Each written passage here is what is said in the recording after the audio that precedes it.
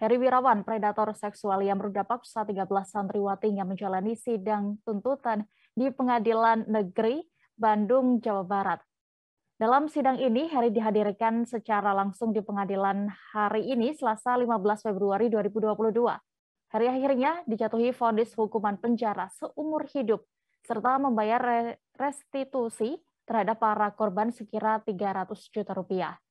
Reporter kami dari Tribun Jabar, Nasmi Abdurrahman akan melaporkan selengkapnya. Halo rekan Nasmi. Ya, halo rekan Dea. Ya, rekan Nasmi, bagaimana suasana sidang Heri Wirawan pagi tadi dari pantauan Anda? Ya, selamat sore Dea dan Tribunas dimanapun Anda berada. Dapat dilaporkan bahwa sidang dengan agenda vonis terhadap terdakwa Heri Wirawan dilakukan di Pengadilan Negeri Bandung pagi tadi sekitar pukul 10. Heri datang dari Rutan Kebonwaru menggunakan kendaraan mobil atau mobil tahanan milik Kejari Bandung. Tiba di pengadilan sekitar pukul 9.30. Sidang kemudian langsung dimulai pas jam 10. Heri pun mendengarkan langsung vonis yang dibacakan oleh majelis hakim, dan pada vonis itu majelis hakim menjatuhkan hukuman Heri seumur hidup. Dan info dibebankan kepada Heri akhirnya dibebankan kepada pemerintah, dalam hal ini kementerian, sebab Heri sudah dikenai hukuman kurungan penjara seumur hidup sehingga tidak dapat diperankan dibebani pidana atau hukuman lain. Dea. Baik, lalu apa langkah dari jaksa penuntut umum atas putusan hakim ini, Nazmi? Ya, Dea. Jaksa penuntut umum dalam kasus ini adalah Kepala Kejaksaan Tinggi Jawa Barat, Asep N. Mulyana. Selesai persidangan, Asep menyatakan bahwa pada prinsipnya ia menghormati apa yang menjadi keputusan majelis hakim. Meski ia menyadari bahwa banyak tuntutan yang tidak dikabulkan hakim. Adapun dalam tuntutan sendiri, JPU menuntut Heri dengan hukuman mati, kemudian kebiri kimia, kemudian denda berupa uang 500 juta dan restitusi 331 juta serta melelang semua aset milik Heri. Namun majelis hakim hanya mengabulkan satu tuntutan, yaitu kurungan penjara seumur hidup. Dan selanjutnya jaksa dari Kejaksaan Tinggi Jawa Barat akan melakukan pikir-pikir selama 7 hari untuk menentukan langkah ke depannya. Apakah akan menerima keputusan hakim atau mengajukan banding. Dea. Baik, lalu apa langkah dari kuasa hukum terdakwa?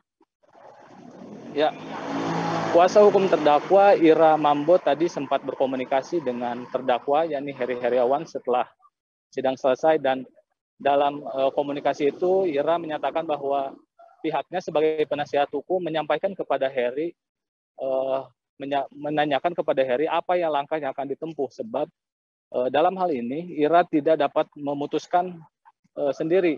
Yang memutuskan itu adalah terdakwanya, sehingga terdakwa tadi meminta waktu kepada Ira beberapa hari untuk menentukan langkahnya, apakah akan banding atau menerima putusan hakim.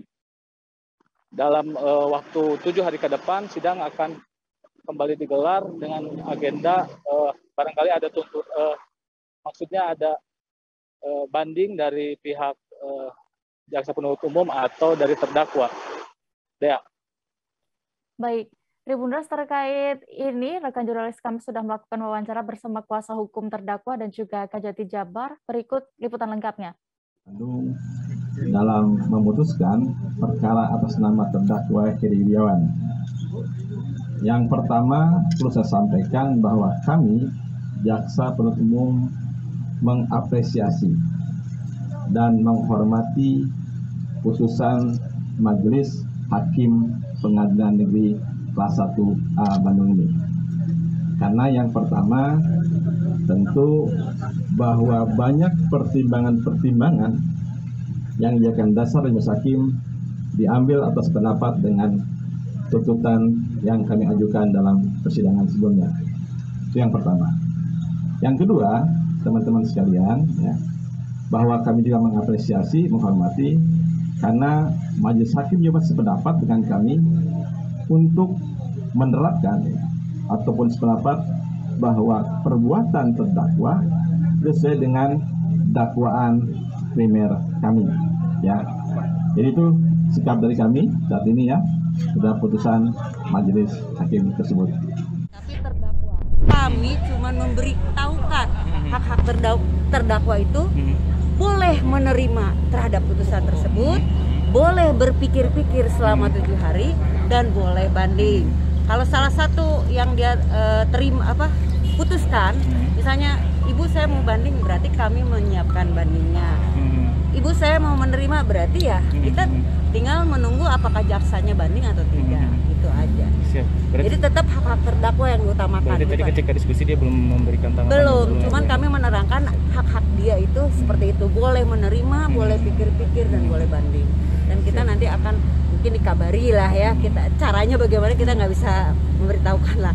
Nanti dia akan mengabari. Bu, kalau terkait dengan jalannya proses persidangan dari awal sampai akhir, kalau misalnya dari tanggapan Ibu sebagai penasihat hukum seperti apa? Baik, pada intinya isi putusan hakim dan pertimbangan-pertimbangan hakim adalah sama seperti pembelaan kami. Itu yang kami cermati ya. Semua adalah argumen kami di dalam pembelaan dipergunakan atau diterima, dipertimbangkan oleh hakim.